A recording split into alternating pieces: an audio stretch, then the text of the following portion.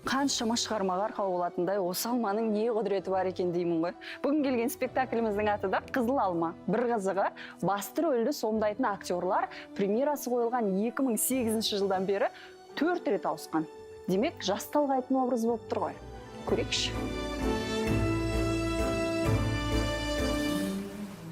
Сұраусы шеген алманы адал асқа айналдыруым керек. Жеткілікті. Кадрға қалай осты? Құрметті көрермен, басты рөлдегі Аббас деген жігіттің рөлін сомдайды Марғұлан. Енді бірінші сұрақ сізге. Тізеңіз неғып ағарып кеткен, әбден тізені шаршататын рөл ғой дейме?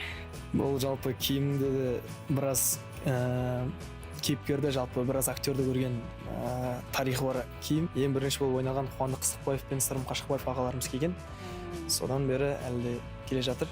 Рөл ғана емес, киімдер де беріледі екен ғой. Дәл солай. Марғұланның жүзінен жақсы адамды ойнайтыны көрініп тұрған шығар. Жас талғайды дегенім сол, көңілі пәк, аңғал, адал жігіттің рөлі. Бұл бақты кейсі бар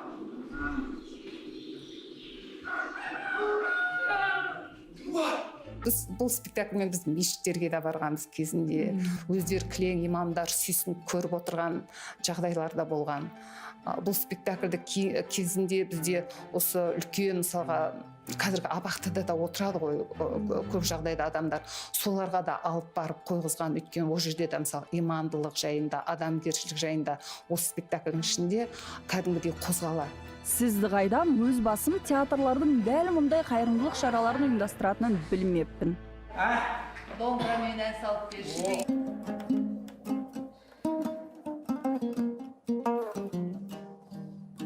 Кеңес ағаның театр сахнасында жүргеніне 40 жылға жуық уақыт болды. Сізді театрдан жиі көрмеймін өзі.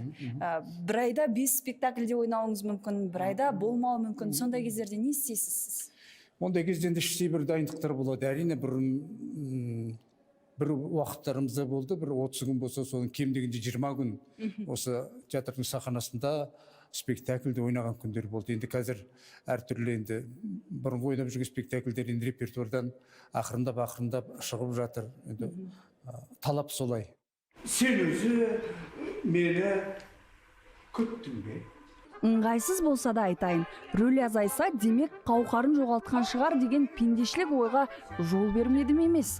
Бірақ қойылымның ең дәмді күлкілі тұстары Кеңес мырза мен Айман ханымға тиесілі. Сондай шынайы, ширақ, өмірдегіден мүлдем басқа образ. Бәрі бұлай, жақсы деп. Hello! Хай дейді. Қызыл алмаға режиссерден бөлек әр актер өз білгенінше әр қосқан. Шымкенттің тумасы болғандықтан ба, маған ішінде өзбекше сөздер қосу, өзбекше әндер қосу қызығырақ болды. То есть сол жағынан ашқым келген мен. Өйткені осыған дейінгі персонаждар көбісі өзбекше қоспаған, таза жаңағы пьеса бойынша.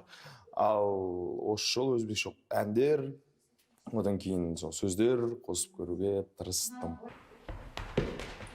Отандық Әзіл-Оспақ театрының бірі осы шығарманы сахналаған еді.